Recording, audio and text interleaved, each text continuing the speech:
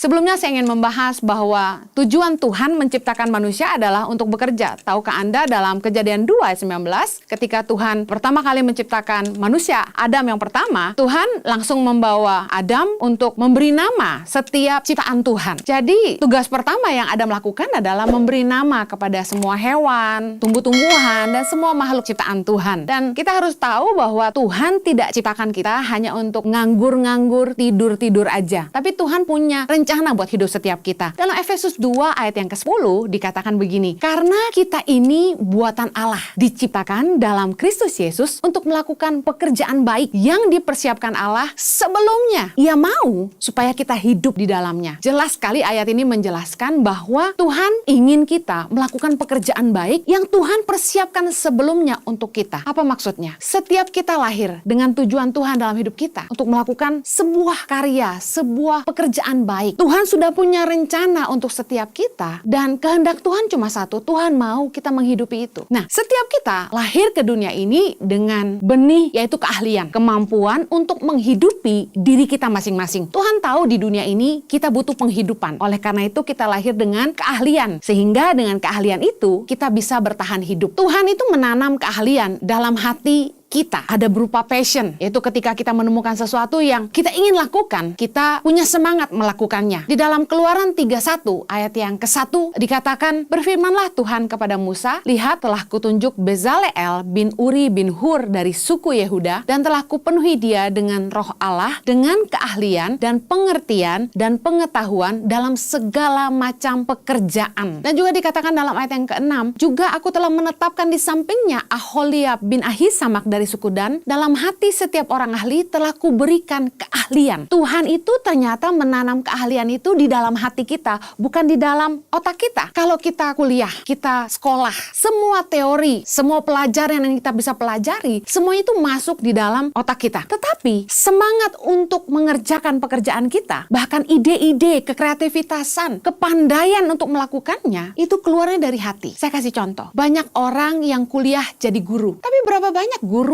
yang sungguh-sungguh pandai mengajar? Karena keahlian itu ditanamkan dalam hati. Saya percaya bahwa setiap orang itu lahir dengan keahlian dari Tuhan, supaya kita bisa menghidupi hidup kita. Tahukah Anda bahwa banyak orang yang tidak menyadari kewajibannya, tapi menuntut haknya. Maunya hidup enak, maunya nyaman, bisa beli apa saja. Tapi mereka lupa satu hal, bahwa kewajiban mereka adalah bekerja. Kalau kita tidak bisa bekerja, kita tidak mau memanfaatkan waktu kita untuk membangun masa depan kita, kita tidak akan menuai apa-apa.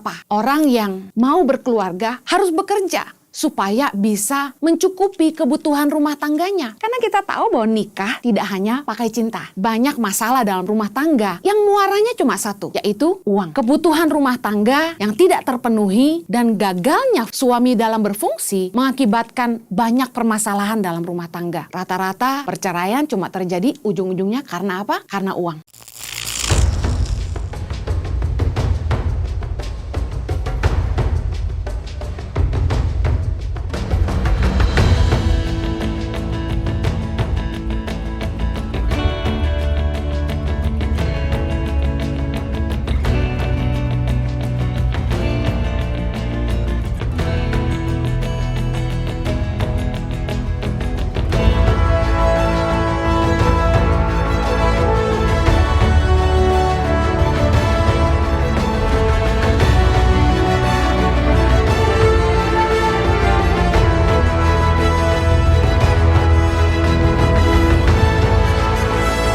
Suka duka, perjuangan guru tangan pengharapan dalam membangun pendidikan di pedalaman Indonesia.